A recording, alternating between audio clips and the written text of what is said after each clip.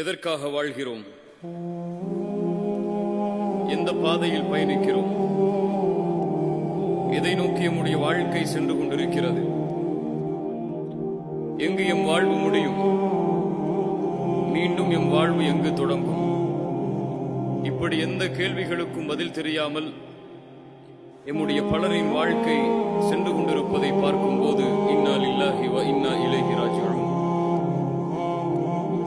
அல்லாஹ் ரப்புல் ஆலமீன் எம்மை படைத்தான், எமக்கு உணவளிக்கிறான், எம்மை பாதுகாக்கிறான், எம்மை அரவணைக்கிறான், கல்வியை கொடுத்தான், செல்வத்தை கொடுத்தான், குடும்பத்தை கொடுத்தான், உறவுகளை கொடுத்தான், பாதுகாப்பை கொடுத்தான், கண்ணியத்தை கொடுத்தான்.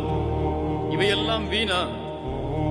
அஃபஹஸிபதும் அன்னமா ഖலக்னாகும் அபஸா, உங்களை அல்லாஹ் வீணாக படைத்து விட்டான், நோக்கம் இல்லாமல் படைத்து விட்டான், குறிக்கோள் இல்லாமல் படைத்து விட்டான் என்று எண்ணிக்கொண்டிருக்கிறீர்களா?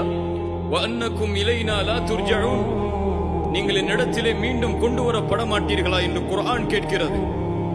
உங்களை இறைவன் ஒரு நோக்கத்தோடு படைத்திருக்கிறான். வாழ்ந்து உண்டு கழித்து மரணிப்பதற்கு அல்ல இந்த வாழ்க்கை. இப்போது ஒரு கல்லூரியிலே படிப்பீர்கள். இன்னும் 2 வருடத்தில் 4 வருடத்தில் ஒரு நிறுவனத்தில் வேலை செய்வீர்கள்.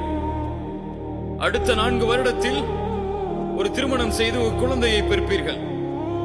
அதற்கு பிறகு உங்களுக்கென்று ஒரு வீடு, அதற்கு பிறகு உங்களுக்கென்று ஒரு வாழ்க்கை, உங்களுக்கென்று ஒரு குடும்பம்.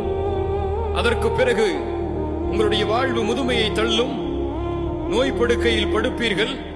அதற்கு பிறகு மரணம். இப்படி ஒரு வாழ்வை வாழ்வதற்கா அல்லாஹ் எம்மை படைத்தான்?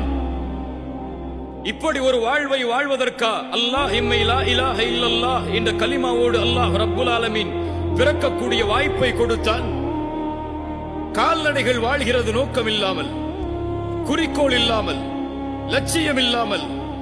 அல்லாஹ் சொல்கிறான், யத்தமத்தஊன் வ யஅகுலூன் கமா தஅகுலுல் அன்ஆம், உண்ணுகிறார்கள், சுகம் அனுபவிக்கிறார்கள் கால்நடைகளைப் போல. பல்ஹும் அதல், மேலும் சொல்கிறான், அதைவிடவும் கீழான நிலையில். வாழ்க்கையின் குறிக்கோளை அறியாமல், லட்சியத்தை அறியாமல், நோக்கத்தை அறியாமல் இவன் ஏன் மிருகத்தை போன்று வாழ்கிறான்? குர்ஆன் கேட்கிறது.